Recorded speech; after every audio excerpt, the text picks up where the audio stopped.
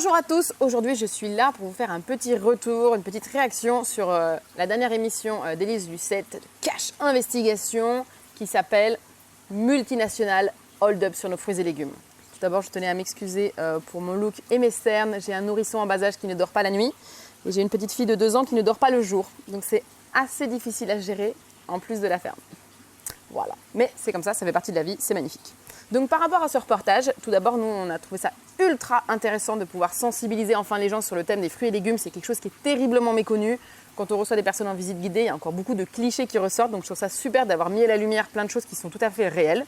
Et comme il y avait 2-3 petits points sur lesquels je trouvais qu'on pouvait rajouter des détails, justement pour encore plus vous sensibiliser, ou des détails sur lesquels je trouve que je ne suis pas extrêmement d'accord en tant qu'hydroponiste professionnel et donc personne qui fait du hors-sol, j'avais envie de compléter ce reportage sur cette vidéo YouTube. On est parti!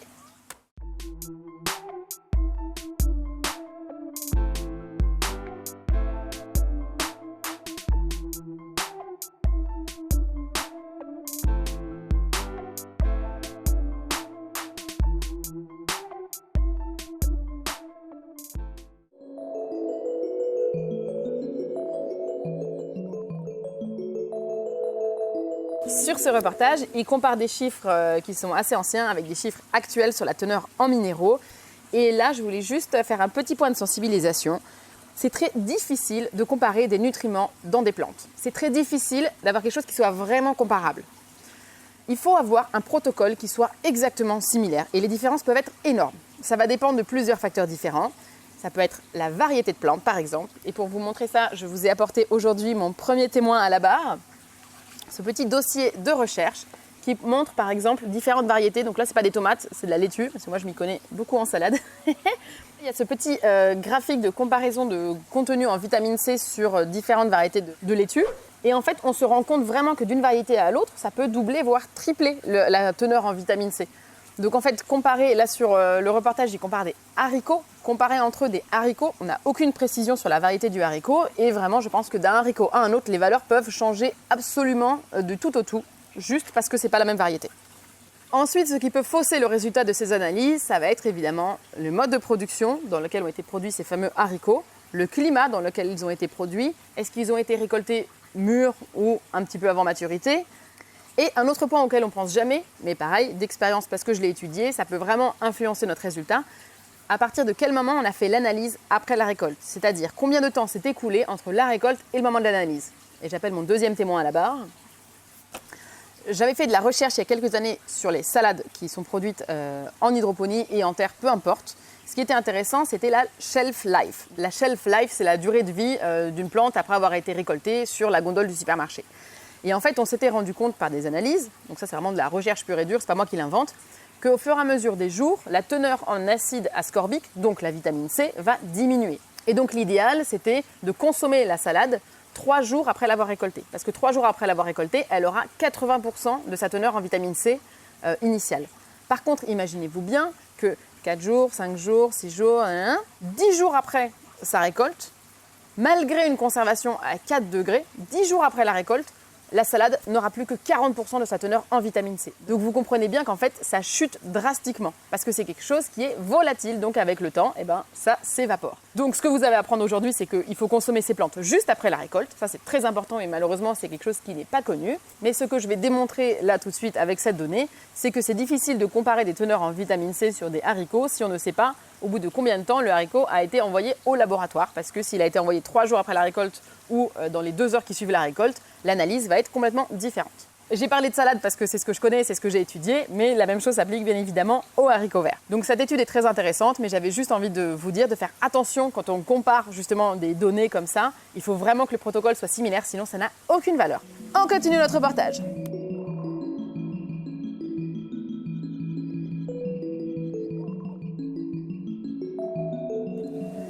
C'est quand même un peu dramatique cette émission. C'est un petit peu poussé pour faire du bruit. Bon, ça marche, ça fait du bruit, mais les méthodes quand même, je n'adhère pas à 100%.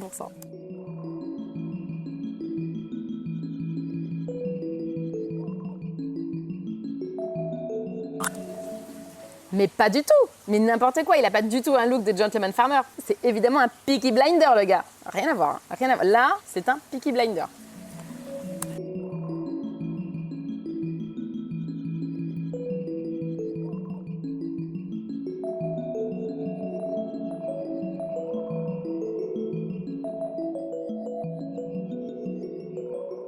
La production de tomates comme ça dans des énormes serres, c'est quelque chose que peu de gens savent, mais malheureusement, c'est la réalité de tous les jours. Enfin, malheureusement, c'est comme ça. Toutes les tomates que vous achèterez en supermarché, toutes les tomates qu'on va voir dans ce reportage, elles sont toutes produites dans des énormes fermes. Et il y a beaucoup de gens qui ont été très choqués par ce reportage parce qu'ils ne savaient pas que c'était comme ça que c'était produit. Mais c'est comme ça pour nos tomates, pour nos poivrons, pour nos concombres, pour nos aubergines. Enfin, pour moi, ce n'est pas une surprise. J'en ai déjà visité des grosses fermes comme ça et je sais à quel point c'est dur et c'est choquant et ça fait mal. Après, ce n'est pas la seule solution qui existe et ce n'est pas non plus le seul reflet du hors-sol. Nous, ici, on est sur une micro-ferme. Derrière moi, vous voyez une micro-ferme qui fait 650 mètres carrés. Ça existe aussi à petite échelle, mais évidemment, c'est beaucoup moins productif.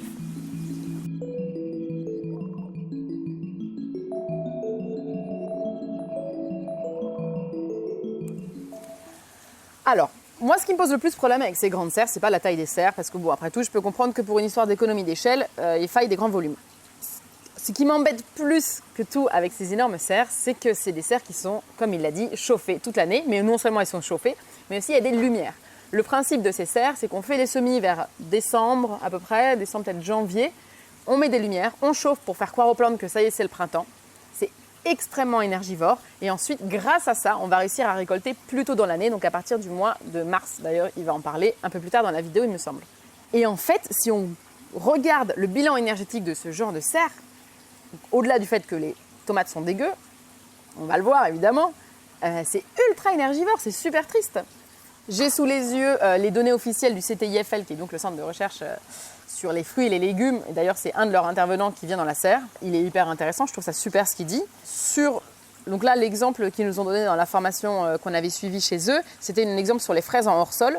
Et en moyenne, ils nous disaient qu'ils consommaient en énergie 50 kW par mètre carré. 50 kW par mètre carré, ça vous dit rien, cette donnée. Mais pour pouvoir comparer, nous, dans cette serre, donc on n'a pas de lumière, on n'a pas de chauffage. Notre seule source de dépenses énergétiques, c'est donc les systèmes hydroponiques qui sont derrière nous et qui fonctionnent grâce à des pompes. Nous, on est à 0,0003 kW au mètre carré. On produit beaucoup moins, on produit beaucoup mieux, mais surtout on produit avec une dépense énergétique qui n'a rien à voir avec la leur. Donc bon, certes, il y en a pas mal qui ont des panneaux solaires sur le toit, mais malgré ça, je trouve que c'est une hérésie de produire des tomates. Quand on pense à la charge énergétique d'une tomate, ce serait intéressant de voir combien d'énergie il faut pour produire une tomate qui elle-même contient combien d'énergie.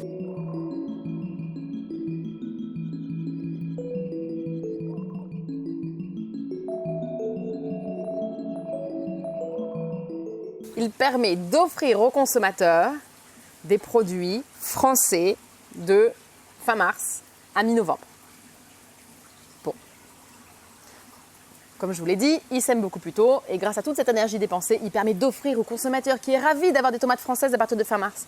Si le consommateur savait à quel point le bilan énergétique était désastreux, est-ce qu'il voudrait manger des tomates fin mars? Le pire, c'est qu'il y a cette espèce de confusion, même mes sœurs, donc des gens de ma famille qui sont proches, qui connaissent l'agriculture, elles m'écrivent toutes contentes en me disant « Ça y est, c'est la saison des tomates !» Parce qu'on a un groupe WhatsApp où on s'envoie quand c'est la saison des légumes pour être sûr de ne pas en manger en hors-saison. Elles me disent « Ça y est, c'est la saison des tomates, j'en ai trouvé Made in France !» C'est pas parce que c'est Made in France que c'est la saison. Et franchement, donc il vaut mieux attendre que ce soit la vraie saison. Et la vraie saison des tomates, c'est quoi? Eh bien, c'est fin juin, les amis. Il faut attendre un petit peu la tomate. Il faut la mériter, il faut la laisser patienter. Une fois qu'on a une vraie tomate, là, on est tellement content d'avoir attendu parce que ça n'a rien à voir. Donc ici, dans la serre, on est aujourd'hui le... Je ne sais pas quelle journée. On est le 20 juin et nos tomates, elles sont encore vertes. Quand il n'y a pas de chauffage, quand il n'y a pas de lumière, le 20 juin, les tomates, elles sont tout juste en train de tourner à l'orange. Elles ne sont pas encore mûres. Donc si vous voulez manger écologique, si vous voulez manger français, si vous voulez manger local, ce qui est l'idéal, eh bien, il faut attendre au moins fin juin pour commencer à avoir des vraies tomates Made in France. Et là, le problème, ce qu'il dit, c'est que ça permet d'offrir au consommateur. Le consommateur est demandeur de tomates toute l'année et donc il est demandeur de plus en plus de tomates françaises en pensant faire une bonne chose. Et donc c'est pour ça qu'il propose des tomates à partir de fin mars. Donc c'est terrible parce que le problème, il vient de nous.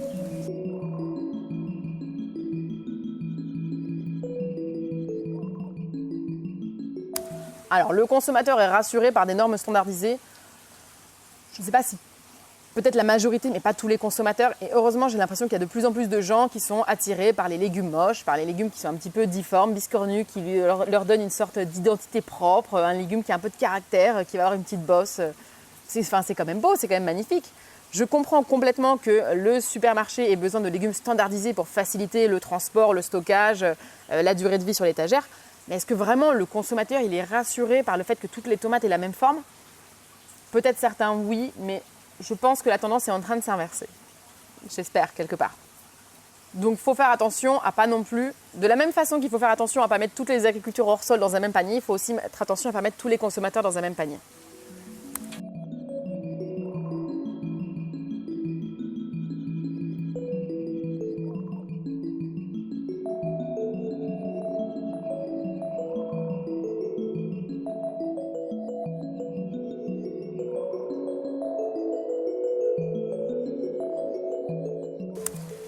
Nous non plus, on ne met aucun produit, ni chimique, ni produit sur nos plantes. On ne met rien sur nos plantes et ça marche même si on n'est pas en terre.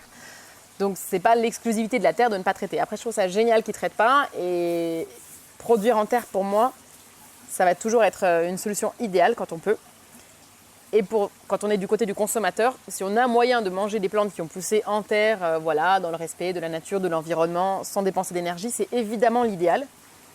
Mais je trouve ça un peu dur de mettre justement en comparaison un petit producteur de tomates face aux grands géants industriels, sachant qu'ils ne visent pas du tout le même public.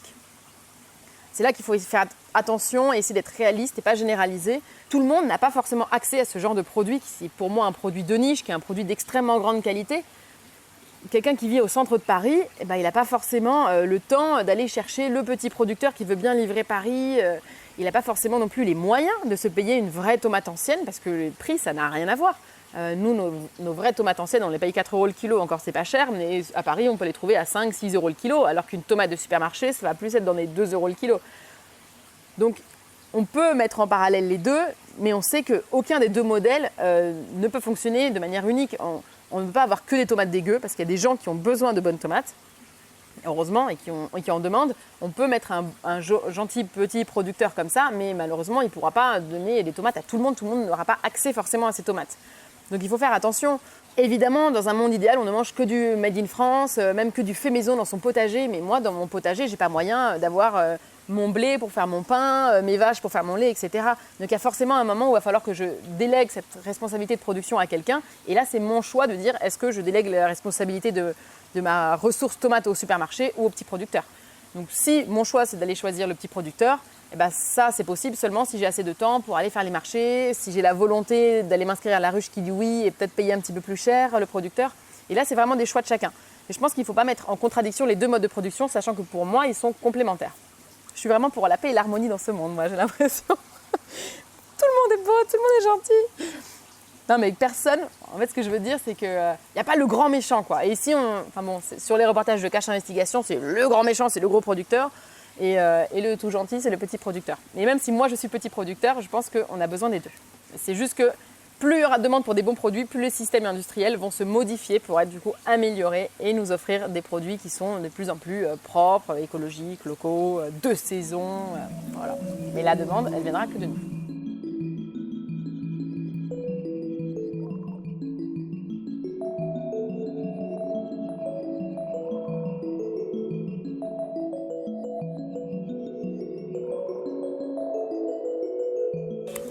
Alors là, je suis d'accord et pas d'accord avec lui.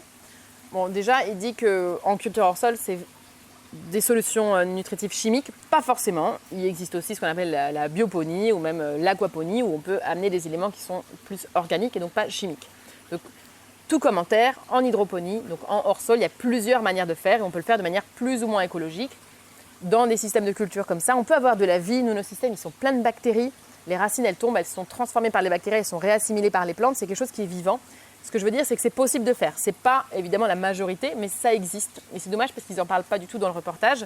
Sûrement parce qu'on est des tout petits producteurs tout silencieux. Mais je pense que c'est important de le savoir aujourd'hui parce que dans ce reportage, ils parlent du hors-sol comme quelque chose qui est terrible, alors qu'il y a plein de façons de faire le hors-sol. Il y en a plein qui sont super cool. Maintenant, il dit on n'arrivera jamais avec le hors-sol à reproduire ce qui se passe en terre. Et ça, j'en suis persuadée tout autant que lui. La terre, c'est quelque chose qu'on connaît encore très très peu. Et même si la recherche avance, on n'arrivera jamais à reproduire la terre. La terre, c'est magique, c'est incroyable ce qui se passe en terre, c'est absolument fabuleux. Et je ne pense pas que ce soit l'objectif du hors-sol de reproduire la terre. C'est très intéressant de l'analyser, c'est très intéressant d'essayer de copier certaines choses, mais il faut partir du principe qu'on n'y arrivera pas. Et le hors-sol, je pense qu'il a comme vocation, et là c'est vraiment, ça n'engage que moi, ce n'est que ma vision, il a pour vocation de pouvoir faire pousser des plantes là où on ne peut pas en faire pousser en terre. Dans les milieux arides, dans les milieux pollués, dans les milieux où l'eau elle est trop chère ou inaccessible. Parce qu'en hors-sol, même si on fonctionne avec de l'eau, on utilise beaucoup moins d'eau qu'en terre, parce qu'elle est en système recirculé. Si vous voulez en savoir plus, allez voir les autres vidéos de la chaîne. Et puis aussi, on peut faire du hors-sol sur des toits, donc en milieu urbain. C'est vachement intéressant pour justement s'affranchir du sol quand il n'y a pas de sol. Mais quand il y a un sol, il faut utiliser un sol. Pour moi, ça c'est principe de base. Donc la logique du hors-sol, c'est pas forcément de remplacer la terre. Voilà. Après, c'est plusieurs approches, hein, évidemment. Moi, je ne suis pas dans une approche productiviste.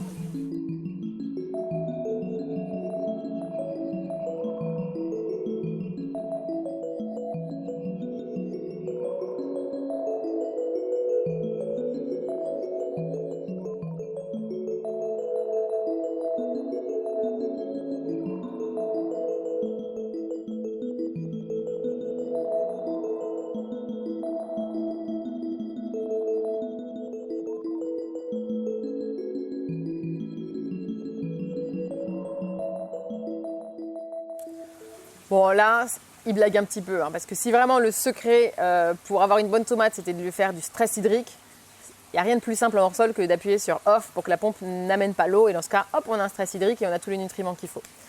Donc je sais que les stress hydriques peuvent aider un petit peu, mais c'est pas non plus, on va non plus dire que parce que la plante est trop chouchoutée, qu'elle est moins chargée en nutriments. Je trouve que c'est un petit peu une hérésie. Et le fait de dire que les nutriments sont trop dilués dans l'eau, à mon avis, c'est aussi un peu une réponse facile. Je m'y connais pas assez sur le sujet, mais je vais essayer de faire appel à un spécialiste. Après tout, ils appellent leur spécialiste, à moi d'appeler mon spécialiste. Donc dans la vidéo, William, le spécialiste, nous dit que en hydroponie, en hors-sol en tout cas, la plante a de l'eau en quantité, qu'elle ne souffre jamais de sécheresse, qu'elle va pousser hyper vite et absorber beaucoup d'eau, et donc incontestablement, une grande quantité de calcium, magnésium et vitamine C sera diluée dans l'eau. Qu'est-ce que tu en penses? Est-ce que du fait de pousser dans l'eau, ça veut dire qu'il y aura moins de nutriments parce qu'ils seront plus dilués? Non, absolument pas. C'est même assez étonnant qu'ils puissent dire ça parce que non, je suis désolé, mais c'est pas vrai. Enfin, je crois pas. Ça décrit la situation en hydro. En hydro, la plante ne manque jamais d'eau.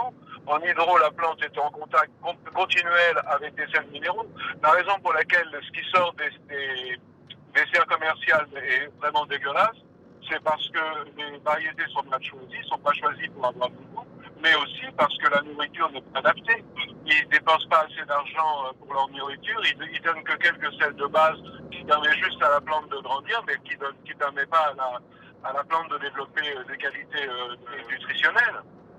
Donc c'est plutôt le manque de sels minéraux variés et complets en hydroponie qui peut créer ce problème-là. C'est absolument pas inévitable. Si on choisit une plante qui serait la même plante que ce que l'on prendrait pour mettre dans son jardin organique et qu'on la nourrit d'une manière correcte et complète, on obtiendra des résultats assez fabuleux. On a, nous, des analyses qui prouvent qu'on peut avoir 2 à 3 fois les contenus en vitamines et sels minéraux dans les plantes quand elles sont poussées en hydro. Au début du reportage, ils nous disent que les plantes en hydroponie, tout est parfait, elles n'ont pas de virus, pas de bactéries, pas d'insectes, voilà, l'atmosphère en surpression, etc. Alors pareil, hein, c'est pas parce qu'on est en hors-sol qu'on est forcément sous serre et qu'on a forcément toutes ces conditions.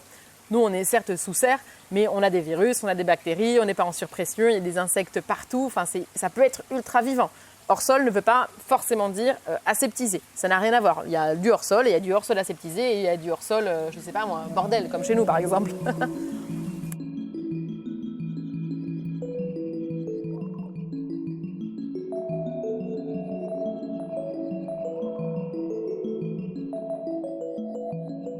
Alors là, ce qu'il nous dit, c'est intéressant, c'est aussi quelque chose dont j'avais déjà entendu parler avant, c'est-à-dire que les industriels vont essayer de pousser la présence justement de certaines vitamines ou certains minéraux dans les légumes pour pouvoir avoir une transparence auprès du consommateur et dire voilà, cette salade, elle a plus de vitamines que celle-ci ou que celle-là.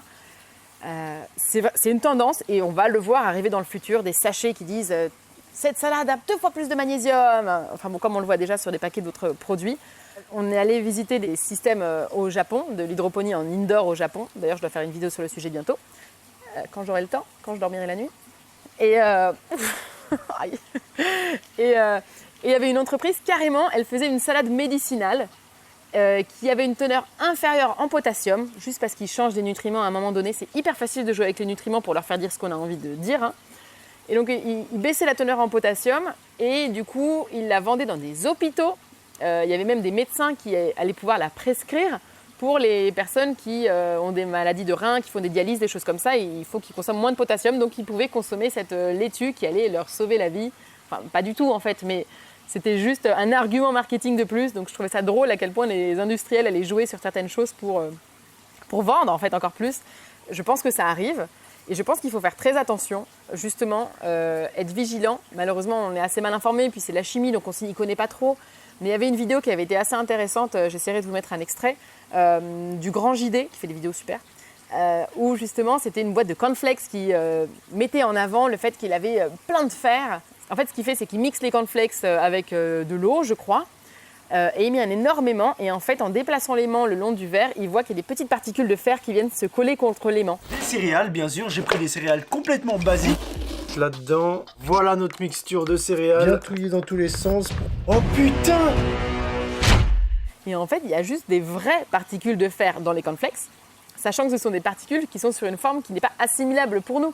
Donc ça n'améliore pas du tout notre santé. Par contre, eux, ils ont le droit d'indiquer sur l'emballage qu'il y a plus de fer. Donc, en tout cas, si j'ai bien compris la vidéo du Grand JD, c'était vraiment ça, c'était un espèce de grand mensonge industriel pour pouvoir vendre un produit comme quoi il y a plus de fer, sachant qu'en fait, c'est pas un fer qui t'apporte quoi que ce soit. Donc faites attention, toujours, à ces petits arguments marketing. Pas tomber dans le piège. N'achetez jamais de produits transformés, cuisinez, n'achetez pas de produits transformés.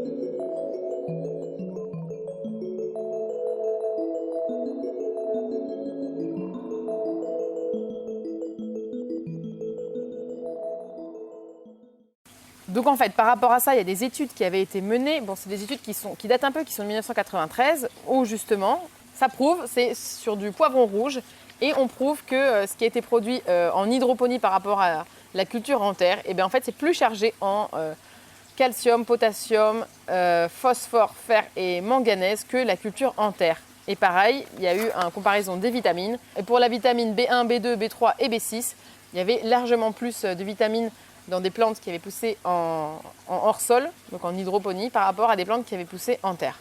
Donc encore une fois, il faut voir le protocole, il faut voir comment ça a été comparé. Et ce que je veux dire, c'est que ce n'est pas parce que c'est en hors-sol que forcément, il va y avoir moins de nutriments. Donc cette étude est assez ancienne, ce serait intéressant de la refaire. Mais moi, j'avais ça sous la main, en tout cas, pour montrer qu'il y a moyen de faire du hors-sol qui soit encore plus nutritif que la terre. Même si ce n'est pas pour autant que je veux dire qu'il faille absolument faire de la culture en hors-sol par rapport à la culture en terre.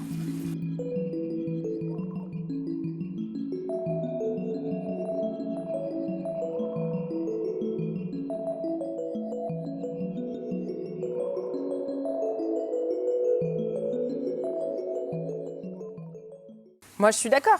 On pourrait croire que les nutriments, c'est complètement lié aux variétés. À mon avis, pas que.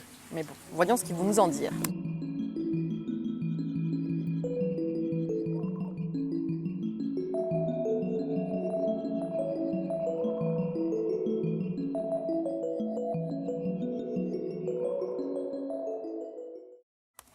Merci, enfin quelqu'un qui le dit.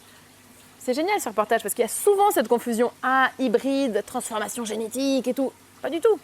Moi, je suis le résultat d'une hybridation entre mon père et ma mère. Et mes enfants sont le résultat d'une hybridation entre une Française et un Argentin. Enfin, l'hybridation, c'est quelque chose qui est très naturel, qui se passe en permanence. C'est pas quelque chose qui est chétane, qui est le mal incarné. L'hybridation, tout va bien avec l'hybridation. All right ?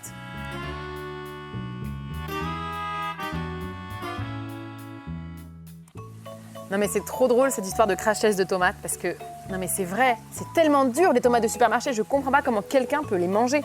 Ma grand-mère, elle mange des tomates de supermarché toute l'année, toujours pour sa rituelle salade de tomates. Mais c'est pas bon, mais arrêtez de manger ça, c'est hyper dur, ça a aucun goût, il n'y a pas de jus, il n'y a pas de chair, il n'y a rien.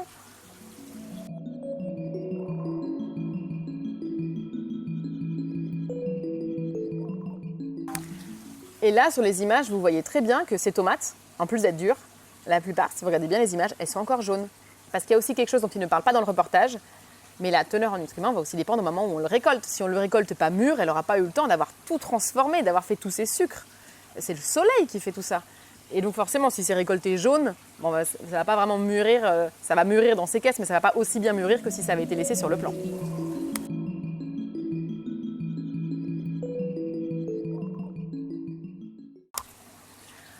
Alors c'est clair que nous, nos tomates anciennes, elles s'abîment ultra vite. Ici, on travaille sur des variétés anciennes et on les récolte mûres. On a beau les livrer le jour de la récolte, une semaine après, ça ne sert à rien. Une semaine après, elle est molle, elle est plus vendable. Il faut la manger dans les jours qui ont suivi sa récolte parce qu'on les récolte au dernier moment parce que justement, c'est là où elles sont les meilleures.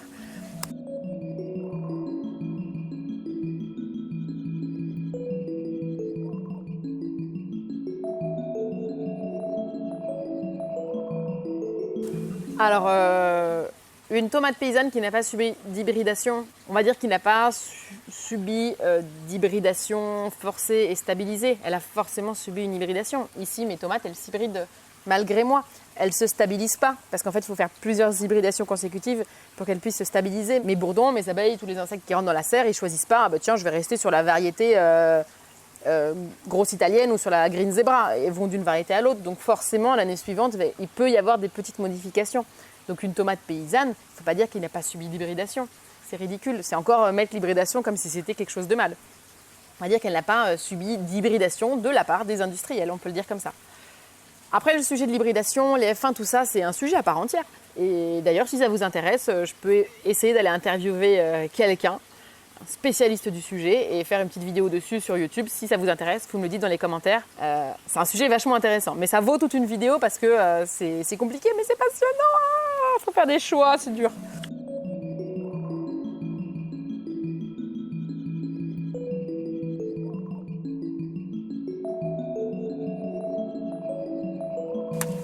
Alors ça, pour moi, ça résume tout le reportage. Ils veulent une belle couleur, qu'elle soit ferme, qu'elles aient du goût, les nutriments.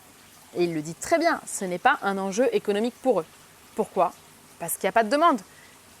Les mecs, c'est des businessmen, c'est normal, c'est leur business. Enfin, j'ai du mal à les critiquer quelque part, parce qu'eux, ils sont là pour répondre à une demande. S'il n'y a pas de demande pour une plante qui a des nutriments, eh bien, ils ne vont pas faire une plante qui a des nutriments. Il y a une demande de la part des supermarchés, des chaînes de distribution pour des plantes qui sont calibrées. Il y a une demande de la part des gens pour des plantes qui tiennent longtemps dans le temps ou qui ont une belle couleur. Il n'y a pas de demande pour une plante qui a des nutriments. Donc eux, même si ça paraît évident pour nous qu'elle est pleine de nutriments parce qu'on est mal informés, bah eux, ils n'ont aucun complexe à mettre de côté les nutriments pour offrir un produit qui répond aux besoins, à la demande du consommateur. Donc c'est juste ça. C'est leur bise. C'est de faire quelque chose qui répond à une demande. S'il n'y a pas de demande pour les nutriments, ils ne vont pas faire une plante avec des nutriments. Ça ne fait pas d'eux des gens méchants, je trouve.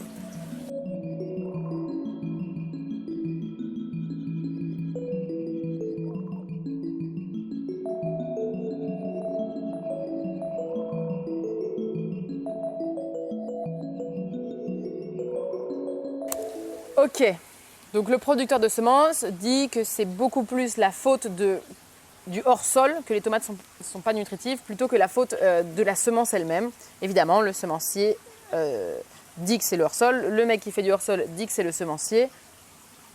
Moi, je pense qu'en fait, c'est pas vraiment le mec qui fait du hors-sol, c'est pas vraiment le semencier.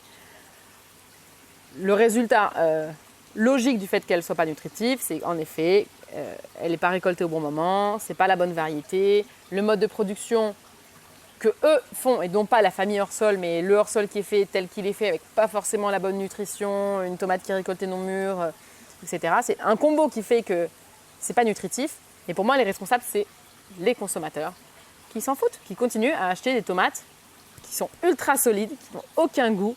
Et donc, tant qu'il n'y a pas un espèce de grand mouvement collectif où on arrête d'acheter ces tomates-là et on est prêt à faire l'effort de ne pas manger de tomates entre novembre et juillet, eh ben, ils vont continuer à les produire comme ça. Enfin, pour moi, cette vidéo, elle ne va pas faire un scandale au point qu'ils vont changer leur méthode de production. La seule chose bien qui pourrait sortir de cette vidéo, c'est qu'il y ait de plus en plus de gens qui arrêtent de les acheter et qui aillent plus sur les marchés, qui aillent plus chercher le petit producteur qui passe par des AMAP et qui ne mange des tomates qu'en saison. Et puis c'est merveilleux de manger des tomates juste en saison. Et si vous voulez de la ratatouille en hiver, eh ben, vous la mettez en bocaux et vous la conservez, tout simplement. Donc je ne vais pas prendre parti, dire c'est le hors-sol ou c'est le semencier. Honnêtement, c'est surtout nous les responsables. Mais je pense que je l'ai déjà dit plusieurs fois dans cette vidéo.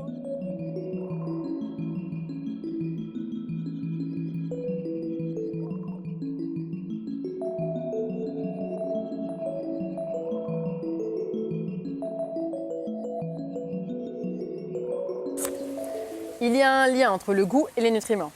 Donc si je comprends bien, ça veut dire que si les tomates ont du goût, ça veut dire qu'elles ont des nutriments. Et voilà. Parfait. Moi, ça me va. Parce que les tomates qu'on produit ici, elles sont ultra bonnes. Ça veut dire donc qu'elles ont des nutriments. Parce que, alors forcément, moi je vous dis elles sont ultra bonnes, vous n'allez pas me croire.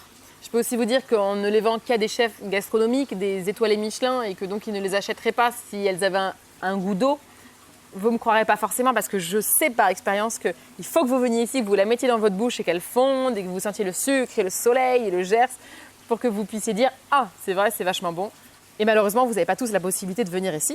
Venez faire des visites guidées, venez faire des formations, allez voir notre site web si ça vous intéresse. Et pour réussir à vous convaincre, ce que je vais essayer de faire, suite à ce reportage, ça nous a vraiment convaincus qu'il fallait faire, que c'était important. Je vais essayer de trouver les financements pour faire un vrai test, comme ils l'ont fait, de nutriments sur nos tomates. Donc voilà, si c'est quelque chose qui peut se faire, on va attendre qu'elle mûrisse déjà, mais je vais essayer cet été de faire une petite vidéo ou alors le faire en story Instagram où justement on récolte une tomate, peut-être avec un huissier, avec des experts, on l'envoie dans un laboratoire et on fait les tests sur les éléments eux qu'ils ont comparés et on essaie de voir si vraiment nos tomates, qui sont donc en hors-sol, sont nutritives ou pas. Et dans ce cas, on pourra peut-être dire que notre façon de faire du hors-sol, il fonctionne mieux que l'autre façon de faire du hors-sol.